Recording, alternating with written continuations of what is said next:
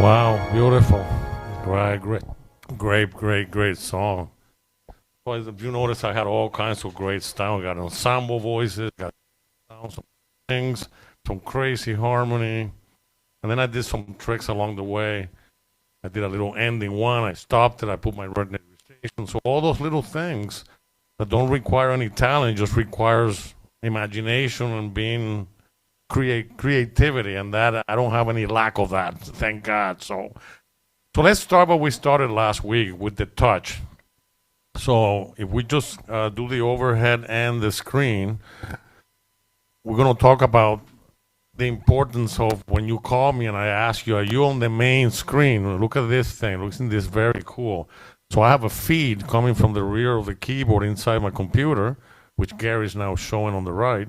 And then we have this overhead, so you can actually see what I'm doing. And then right next to it is the screen that you should be looking at. So this is the main screen right here. And the way you know that is by pushing the exit button and nothing happens. So this is main screen. So the menu button is the second set of white keys here, the second one to the right. It says menu. And the trick that I showed last week is if you push it back and forth, it keeps switching between menu 2 and menu 1. I just keep pushing the button. So you don't have to come to the screen to do it. You just push it. And when you're on menu 2, the third choice on the last row, it says keyboard. So I'm going to push that. And this is something that we found out recently, and Robert was the discoverer of this. If you notice, it says initial touch, and you see all the things are checked. And we cannot mess with that. If you wanted to, you could turn everything off, and then you have to resave it. But there is a global setting underneath that it says touch curve. And if I push my finger on it, it drops down a window of different touch. And people that have a hard time, meaning they're not strong enough, your default should be soft number 1. And when you push that, it'll remain in that setting until you change it again. So you can turn it off, you can do my settings, you can do whatever you want, and that soft touch remains, which means if I now push the first preset that I had for White Christmas, if you notice, the soft one stayed. So I barely have to push the keys to get a sound.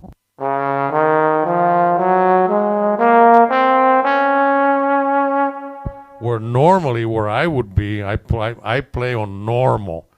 Well, normal allows me to have different touches depending on how hard or how soft I hit. So if I hit the first one soft, can barely hit it, and if I hit it hard, but that's just me, and I know a lot of you don't have that discipline or the ability to do that. So make sure if you're a person that doesn't want to work on different touches for the sound, then soft one, regardless of how strong or how soft you play, it'll give you a full sound.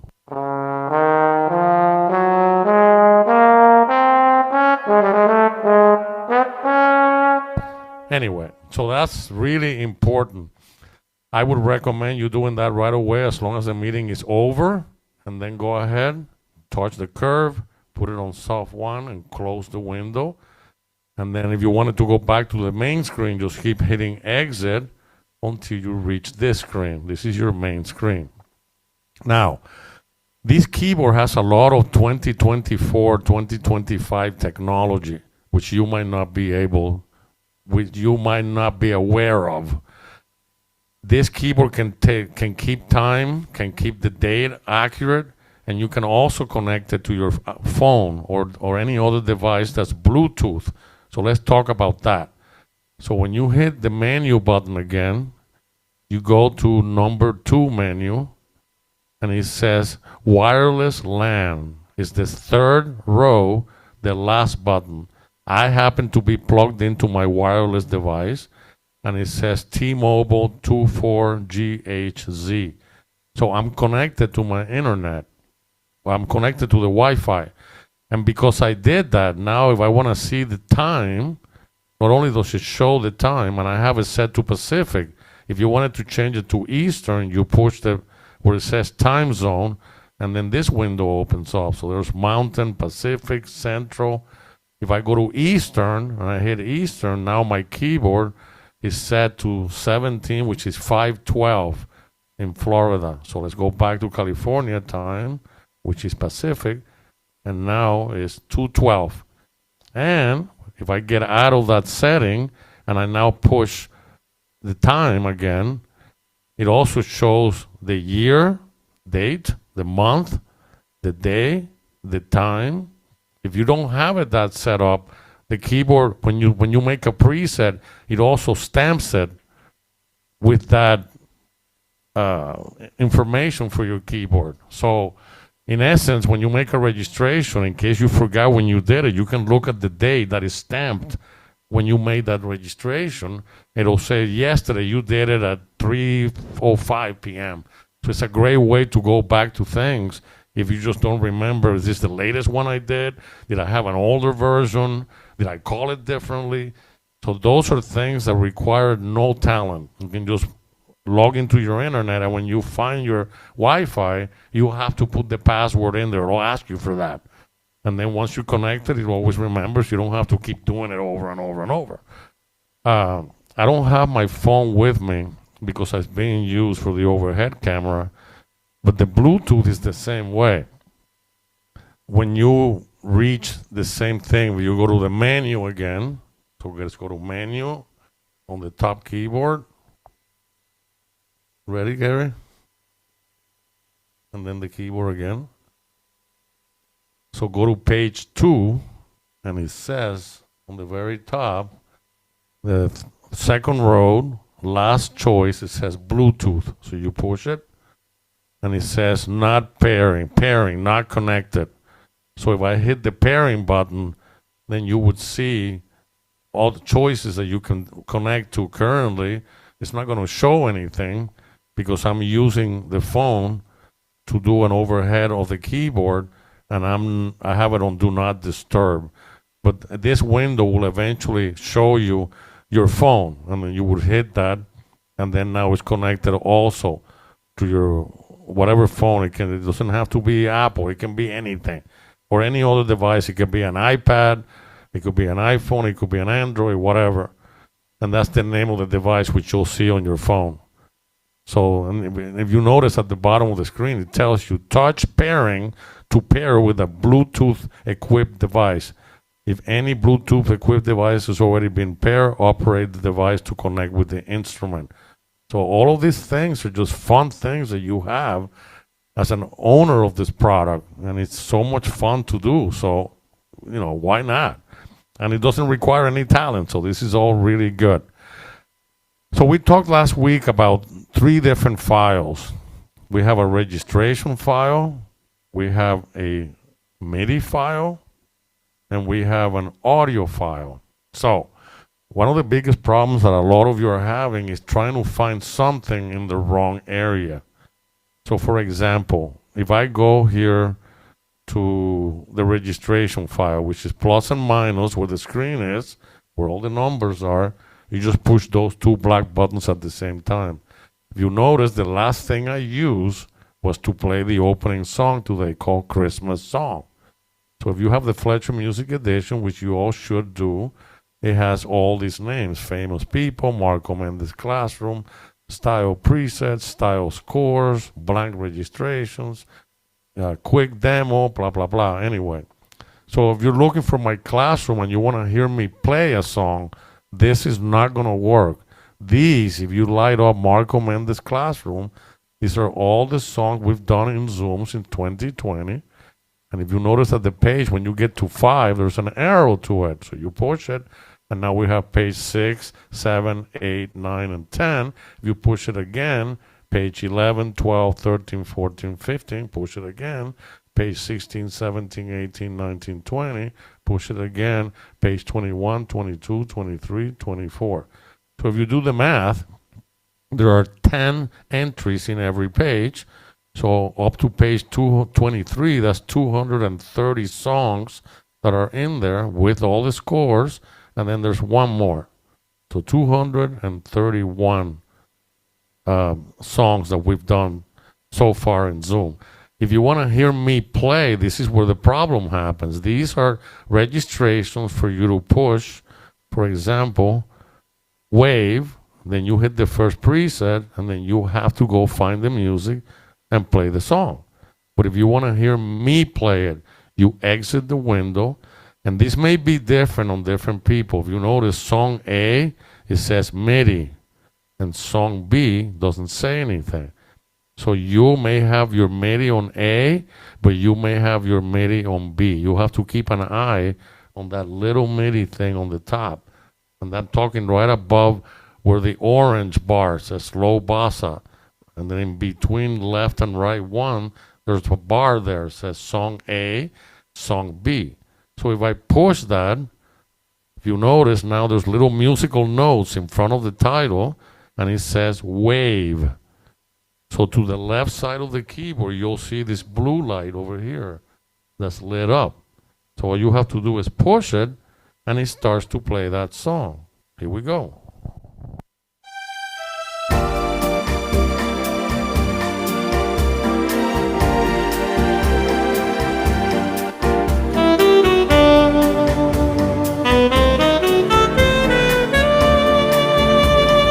To stop it, we simply push that same button again. Now, just for the fun of it, there is on the main screen a little thing that says score. Not that this is going to be helpful, but it's fun to see what I'm actually playing if you know how to read music. So if I just hit the score button at the bottom of the screen, then you'll see all of this stuff that's happening. And I think it's in the wrong thing, Gary, anyway. Well, that's the beginning of the song. Yeah, so that's kind of good. But don't worry about that. That's not really important at this point. That you don't have the score anyway. So again, registration files are found next to the presets on the front of the keyboard. The black 2 buttons, you push it, and that gets you to an area. Now, every time you're inside a folder to the right of the screen, you'll see where it says 23, 24 in little writing at the bottom right, there's an arrow there. That's how you get out of the folder. If you read what it says at the bottom of the left of the screen, it says user Marco Mendez class presets. So we're inside that folder. To get out of that folder, you just push the arrow and it takes you back out again. So if I happen to push now famous people, these are registration based on famous artists. And when you pick one, let's say I want to play Benny Goodman, it's loaded. You don't have to do anything. Just push the first preset, and there are 8 representations of Benny Goodman. If you wanted to go back to the classroom, you got to get out of that folder. If you look at the bottom left side of your screen, it says user / famous people. So if I hit the arrow at the extreme other end, it takes me out of that folder. So that's very important you understand that. Otherwise, then you can't navigate all the fun stuff that's inside this board. Style presets are the same way, but they're populated in 2 different fashions. So if I now hit style presets, there are 2 folders: regular style presets and style presets in parentheses AOC. And the reason I called it AOC is a terminology that Lowry owners are very used to. AOC just means harmony. So if you want the harmony to be in all the presets, choose the style presets / AOC. And they're segregated in styles of music: 3/4 country, 50s ballad, 50s rock. And again, at the bottom of the screen, you have pages. So there's 10 items there in alphabetical order. Page 2, Bossa Nova, Broadway, Cha-Cha, Christmas, Christmas 3/4, classical, blah, blah, blah. Page 3, easy listening, fast Latin, foxtrot, free play. So when you pick one, Hawaiian, and you put the first preset, every preset has harmony on the right. And you'll be able to tell because on the right-hand side of the keyboard, the harmony button is lit up. It's right here, this guy. I just turned it off. When I push 2, turns it back on again. So every preset has harmony. If you don't want that, you want to get out of that folder again, or inside the folder that says Style Presets AOC, you push the arrow. Now go to regular Style Presets, and they don't have harmony. So if you notice, when I push a preset, there's no harmony button being used. Right there, only those 3 items, there's over 800, no, 1,200 registrations. There's 400 on famous sounds. There's 400 on style presets, and there's 400 on style presets AOC. So that right there is an incredible asset. And then it's the simplicity of just putting it. These are generic. So if I hit blues, I can play any blues I want.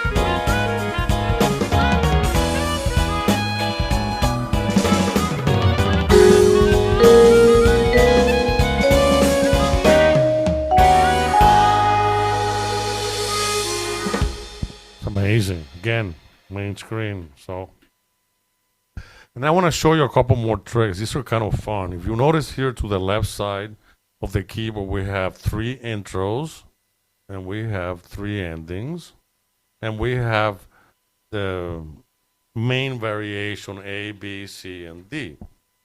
So obviously, this is how you control the style on the keyboard itself. One thing that I use quite often and I never really talk about it is called the retardando ending. And let's talk about that for a minute.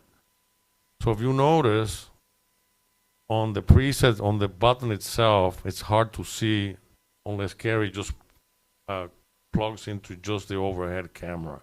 And it may be really difficult for you to see it. On the ending, there's a writing that says ending, and then there's a slash, and a very tiny writing, very, very, very tiny. You may need a magnifying glass to see it. It says RIT, which stands for retardando. So what happens if you push the ending light twice? It could be ending 2 or ending 3 or ending 1, and instead of just pushing it, you're going to push it twice, 1, 2. And what it does, when the ending starts to play, it starts slowly and slowly slowing the style down. So just demonstrate with this song that I did today, the Christmas song. When I get to preset 7, there's a built-in ending. And then since it's already built in, all I'm going to do is I'm going to hit it twice. Listen to what happens to the style. I'll first play it normally, and then we'll do the slowdown. So here's the regular ending.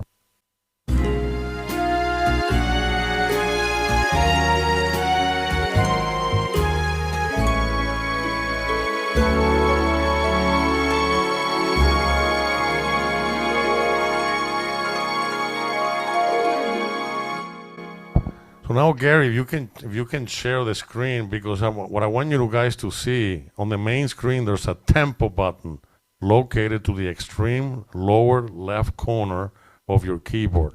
And right now it says 74. You see that? So let's do that ending again, but now I'm going to hit the ending 3 twice. Keep an eye on that tempo. Here we go.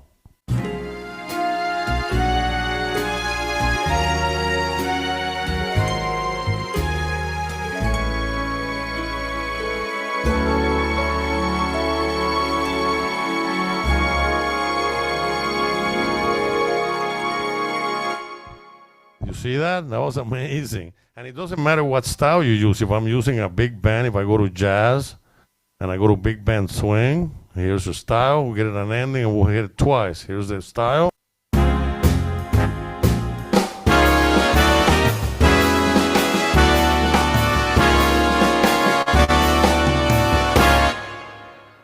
Crazy, crazy, crazy. So that's something as an additional thing that you could do with the keyboard. And again, everything that I'm talking about today requires no talent.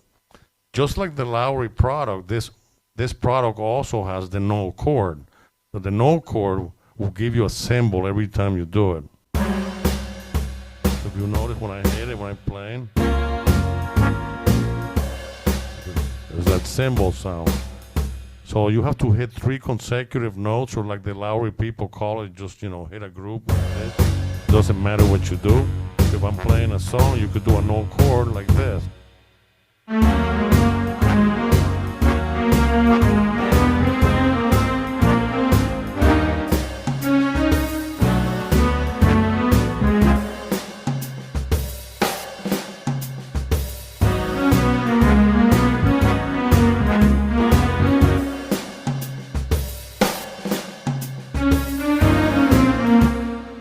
Another thing that people complain about it all the time, and you got to remember that you've been kind of brainwashed with the products that you have all of your life, especially people that have Lowry organs. When you hit the FX bar, you get all this music that Bill put in there. But in reality, that's not really the real world. That doesn't really happen that way. So if you're having a hard time listening to something that sounds like a fill, you may want to do a no chord and then hit the break button. If you notice there, it's very obvious that the drummer's taking a lead at that place. If you do it while the background's playing, you're not going to hear it. But if I do a no chord and then hit the break, listen to the difference.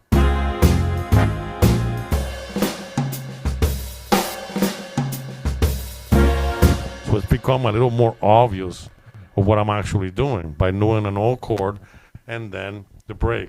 And then one final thing that's really, really important. And most of the time, it's an automatic thing, but if you don't have this particular button, you're not going to get any fills. If you notice, when I hit A, it starts to flash, and B starts to flash, and C starts to flash, and D starts to flash. Well, the reason he's doing that is because he's waiting for me to play a chord, and he's set up to do a fill. But what makes that work is this little orange buttons called auto fill. So if that button happens to be off, and now I push the A, B, and C, nothing happens. So this may be a real problem for some of you that are telling me, why push it and nothing's happening? Why my keyboard's wrong? Oh, it needs service. It doesn't need any service. You just have to turn that light where it says auto fill. It's the third one to the left, to the right of it, have the accompaniment. Then you have one OTS link. You don't want that. And then autofill. So when that's on, now the letters are flashing. So when you go between A and B and you play a letter, it gets louder in the background. Watch.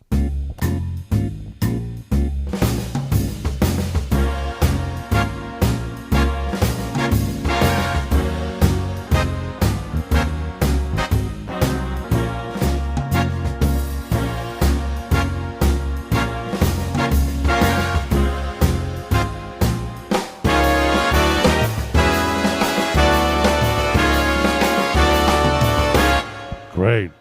All of these things are incredible. This keyboard is quite a monster. So everything we talked about, it doesn't really require much playing. You just need to understand how you can manipulate these things to make it do what you want it to do. So the no chord is important. The break is mostly for drummers, and you have to always hold it either on the downbeat or right before the downbeat, so it gives you a full break. If you keep holding it down, it keeps repeating it until you let it go. But it's based on the measure where you are. So if you hit it on 2, it's going to give you 3 and 4, and that's it. So you got to be kind of in timed when you hit that button. Obviously, intro 1, 2, or 3 self-explanatory. They don't have any retardando, but the endings do. 1, 2, and 3, you can slow them down by just simply pushing the button twice and making sure that the autofill light is turned on. Very important. So now for the final thing for today, going back to what we talked about the last time, there is something really wonderful under the menu button again. So we'll go to the menu button, and then we'll go to the mixer. We haven't really talked about this, and this is a trick that yours truly spends hours working with. So when I hit the mixer, think of the mixer like a fine tuning, or even a serving a plate. Make sure everything looks right, and the forks and the spoons and the napkins and everything is good, and they're nice and ready to be eaten. So on the top, you have a choice to work with the sounds on the right.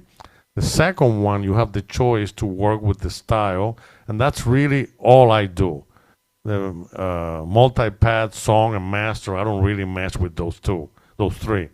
So on panel, let's talk about this. And people that know me, that have known me for a while, I always set the reverb. You notice to the left side of the screen, we have different things: filter, EQ, effect, chorus, and reverb, and pan and volume. So today, let's just start with 2 items: the volume of the sound and the reverb. And here I'll prove it to you. I'm using the song that I did today, Christmas song, right, that I did today, preset 1. And look at the mixer. It's 50 or higher if I'm using the voice on the reverb. And the reverb that you should be using on the GENOS 2 is brand new to this product. It's called Relevation Reverb. So I pushed it with my finger where it says Relevation, and push it, and then you get a list. And all of this revelation is something brand new to GENOS 2. GENOS 1 started on page, on Legacy, yeah, on Large Hall. See that? So there's 5 pages prior to that. That's only working on the Genos too. And my favorite one is Relevation Large Hall. And it has to be at least 50%. It's at 55. Listen to the difference in case you don't think it does anything. Here's a trombone. Let's turn that to 0. Listen to this trombone.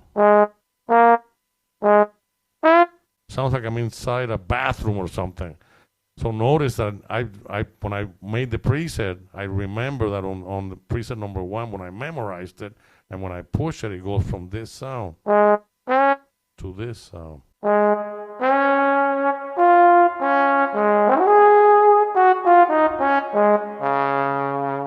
That right there makes all the difference in the world.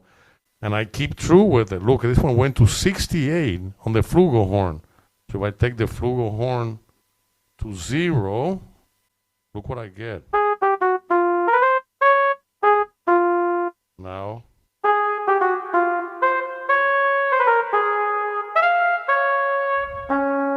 Incredible. So all of this today, this entire class that we've done today, has nothing to do with finger playing, tempo, accuracy, nothing. Everything has to do with pushing things here that are amazingly inspiring. And we got to be careful because there's so much technology here. You can get very quickly very frustrated, especially if you're brand new at this. People that have had this generation of keyboards for 10, 15, 20 years, they get it. They've been doing it for a while. But if you're brand new to this, specifically with how much technology there is on this product, you may not even be aware you have it. You know, the Bluetooth connectivity, the connectivity to Wi-Fi, the upgrading features. You can put things in here without spending any more money. You can customize voices. You can customize ending, your breaks, your no chords, your A, B, C, D variations. It's amazing. And then now that we discover this brand new touch, it's wonderful because you don't have to worry about the touch anymore. It remembers that that's the touch you like, and you're going to be good for a long time. So, in kind of reviewing today, I always encourage number 12 class. Unfortunately, I messed up and I can't go back. But this is a kind of a better and improve of what we did last week. A little more detail. And we have Gary was so kind to join us today to help me with that double screen so you can see what I'm doing on the keyboard and then watch the screen in the keyboard itself so you can learn that way. So I always tell people at least within the next 24 hours you need to revisit this recording. Unfortunately, I'm putting Gary on the spot because we cannot record this the regular way that I do on Zoom. Zoom doesn't allow us to do multiple spotlights. So what Gary has done is he records it local in his computer, and then when he sends me the file, I'll send that to Robert, and then we'll post it. But I'm very jazzed about this whole new concept of multiple screen sharing. So, and Gary said it too, you know, Gary's been around this for a long time, and he always said, you know, I hate when you see a screen and then you see what's happening, but I don't know how they got there because you don't see the actual pushing of the button. So with this situation, you still see what I'm doing on the screen, and it matches to the right of the screen of what the outcome is. So I want you to just be patient with yourself and be patient with me. But I'm telling you, this is, and I keep saying this over and over and over, one of the greatest keyboards I have ever played. The problem is that when people look at it, people, when they first see it, they think it's like a toy. This is not, by any means of the word, a toy. This is not something you're going to see at Target or Walmart. This is the very best there is for Yamaha. It's very expensive, but it's incredibly amazing. So you happen to be one that has one today. You just have to get to the learning curve of the things that are related to what you want to do. There's things in here that you'll never use, and me neither, and that's okay. This caters to over 22 million people in the planet that own product like this. So when you compare it to the organ market, either Lowry or Roland or whatever, it's a very small part of what music making compared to what this instrument reaches in the population of the world. Currently, they're sold out of speakers. I have a guy in Sydney, Australia, that I just sent him one, and he's still waiting to speakers. There's no speakers available. So that should give you a clue that this machine is very thought after, and a lot of people want to get their hands on it. So, and in comparison with organs, it's quite inexpensive. So I think we all agree on that. So anyway, I don't know, but Gary, you have access to any chats there? 'Cause I can't see anything. Are we okay? Yeah, I do. I'll read them to you. Give me 1 second. Chat. Anything that pertains to what we did today? Well, somebody named McAfee, I no name other than that. Is there a fake it feature on the Genos too? David gave an answer, but you can add to it. He says, yes, there is. Not only does the Genos does follow the lights, it can be set to any key. No matter what key you press, it will always be the correct key. If you want to comment. But what was the question? Transpose? Is there a fake it feature on the Genos? Oh, yeah, there is. So let's save that for the next time. There is it's called an assist, a playability assist, and I'll revisit that. What I don't want to do is get into it and now struggle to find it, but it is in there, and it's based on the chord you play. So if you happen to play a chord, then the keys that it allows you to play are only keys that sound good with that chord. So Yamaha doesn't call it fake it. Yamaha call it play assist, which is kind of a little bit less obvious that you're faking it, but they call it play assist. Wow, that's kind of assisting to use something that you can't do. So I'm going to make a notation. We'll get to that the next time. But there's hundreds of toys. Anything else, Gary, that I may address? Yeah, there's one more. It's what do you do with Bluetooth from Wayne Lux. Okay. So the Bluetooth is quite interesting, and I'll give you a live example of how I use it. Every time I'm working on an arrangement, I have to run to the computer, which is in the same room, but I still have to leave the keyboard and then go play the song from YouTube. And then I come here again and I play it, and let me see what else. And I have to go over there and turn it on and off. If I happen to have the phone in front of me, and what I can do, since we're not going to do any more overhead, so I can grab the phone and show you real quick. Anything that the phone you're watching, instead of listening to the speakers of the phone, it now comes to the sound system of the Genos. So if I'm working on a song, I simply put the phone in front of the keyboard here, in front of the stand right here where I'm working, and then I have access to stop it and start it and to, work on the registration. So let me turn the camera off here. Hang on 1 second. Okay, so this is I happen to have an iPhone. You don't have to have an iPhone, but I do. Let me just turn the Do Not Disturb off. Do Not Disturb is off. And now all I do is I put the phone in front of me, or you can just hold it in your hand, and then go to menu. You can go to the screen, Gary. Menu, number 2, and it says Bluetooth. And obviously I took the phone off the overhead so you can't see it, but it's the second row, the last choice, Bluetooth. And I push it.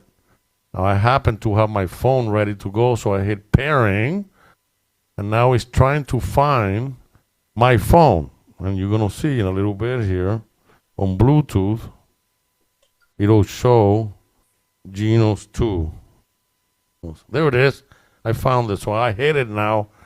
And it says connected, Marco's iPhone. You see that? So if I happen to go to my phone, and let's go to an internet here. Let me share my screen on the phone. No, I can just show you. So I'm going to go to YouTube. I'm going to go to YouTube on my phone. So I'm in YouTube right now. And then I'm going to find the Christmas song. So I'm going to type in the Christmas song. Open.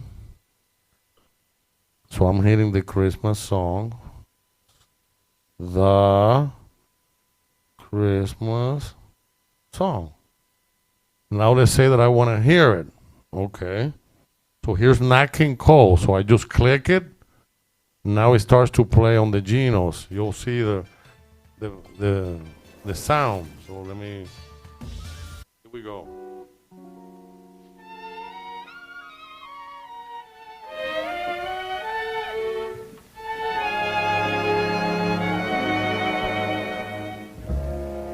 Chestnuts roasting on an open fire. So it's playing through the Genos. Jack Frost nipping at your nose.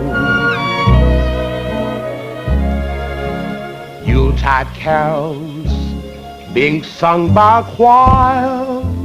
And just hit stop. So it's really incredibly helpful. And if you find him, for example, you can play along the right hand. Just match the key that Nat King Cole is playing, and you can play along with the file.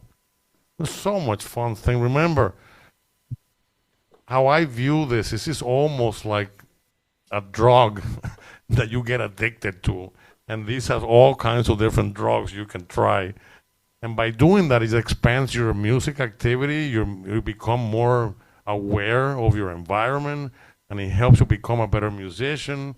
And all of these things are just, that's what they call it, a workstation. And it allows you to become an integral part of music learning, but without being boring. It's very exciting. So Marco, could I ask a question? Go ahead. Okay, actually, I have a couple. First, when you were talking about Soft One, I've been using it for the past week. It works a lot of the time, but it does not work all of the time. So I'm not sure there's something we're missing on that. I think the way I know that it's not working all the time, if I go into the keyboard and uncheck those boxes, then I get it louder, which I can't get it to do if it's only on Soft One. Yeah, as far as I know, as far as I'm concerned, it does work. Let me try the playlist and see. So let me change the screen to soft. Okay.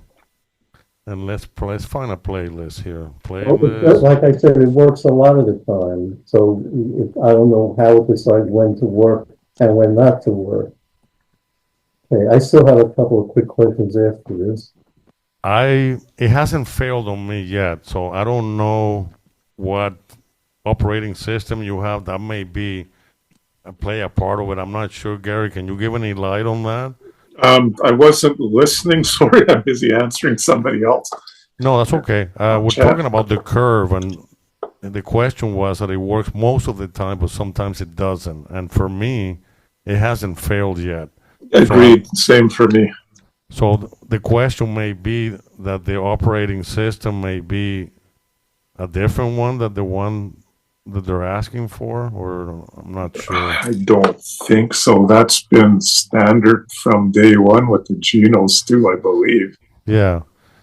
So you may want to try that, and then when you see that it fails, if you could write that down, and then I can do some investigating. But as far as I know, it hasn't failed for me, and I actually don't like it because I like my own normal.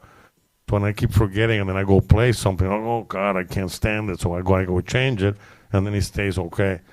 But the check mark with the touches, the only way you can get rid of those is to turn them off and then resave the preset. Yeah, that I know. So okay, the next thing is a couple of things you said you were going to talk about today, but I guess you had to go over last week's stuff.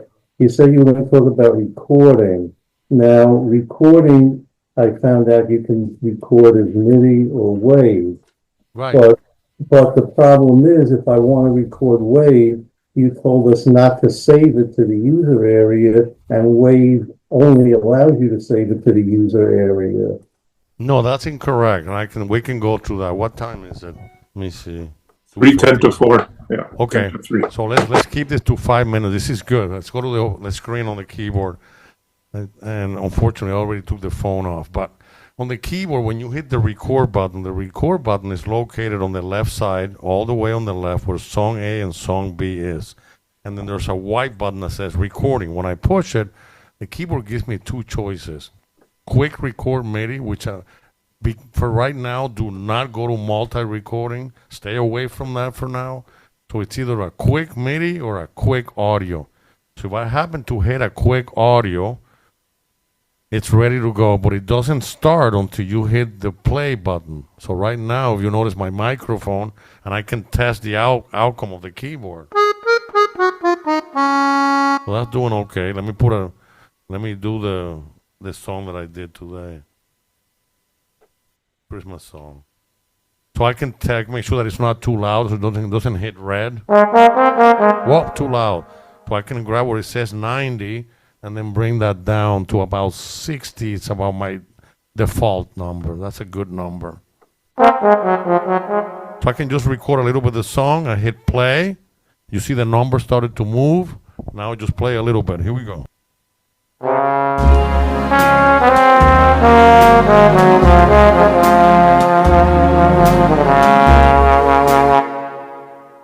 And it's very important that you remember what the name of that audio file is. It's called audio 0001, and I stop it. Now temporarily it's being placed on the user. So if I go to the user, you're going to see audio 0001 in the user. And at this point, I always tell people, name this thing now, because you're going to end up with audio 0001 through 0999, and you won't know what the hell song you're looking for. So I just highlight 0001, and then I hit rename, file, rename, and then audio 001, and then rename it. Let's call it test. T-E-S-T. Okay. Now I can grab that file, test, and I can copy that file. I can copy the file, copy, and then put it to any USB I want. USB 1, USB 2, whatever. So on USB 1, let's copy here. And now I have a copy of that song on a thumb drive right there, test. If I hit play, here we go. You see the number started to move. Now just play a little bit. Here we go.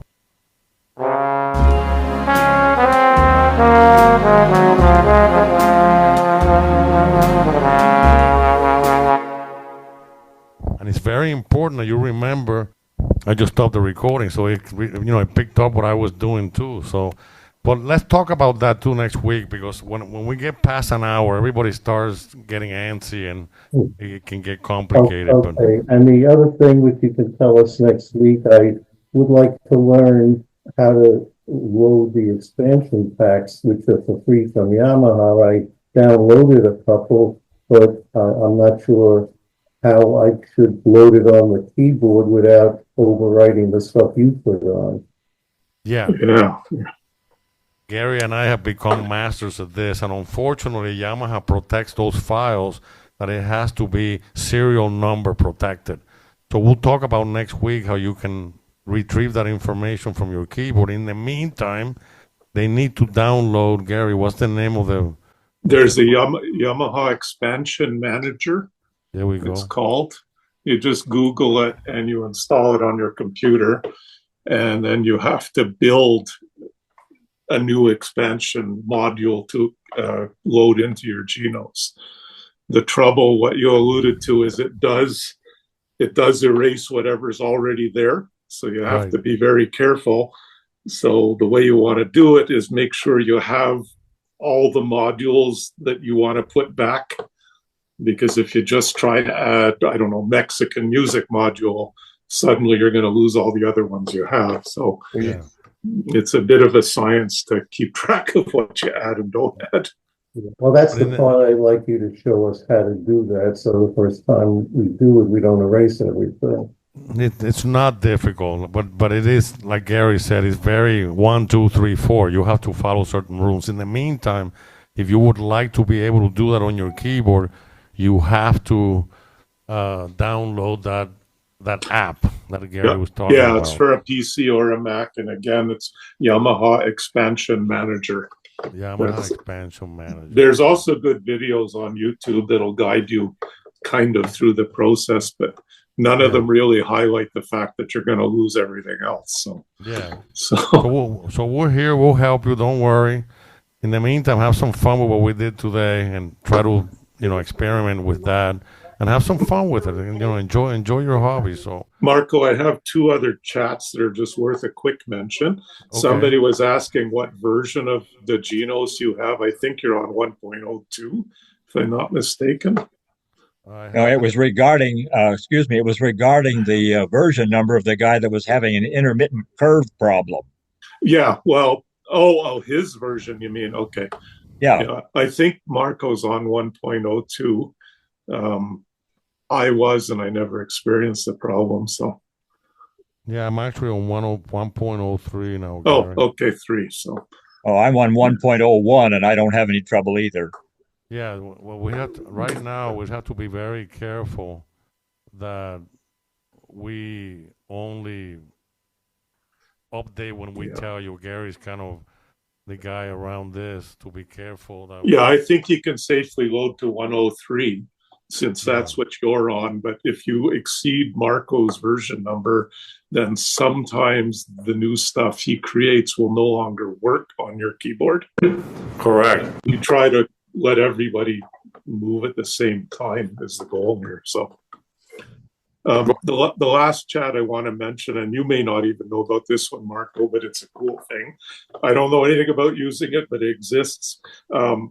Another use for Bluetooth on your Genos is that you can use an app called Songbook Plus on your iPad, and I think on Android too. And it will actually let you load a song on your iPad. And if you know what you're doing, it'll load the presets for it on the Genos at the same time. So That's great. it's rocket science to do it. I've never gone there, but it's there if you want to take the time to figure it out. So Wow. Yeah, I should never hear from this group the word I've learned everything because that's not going to happen. We've been doing this for our lifetime. But in the meantime, remember, consider yourself fortunate.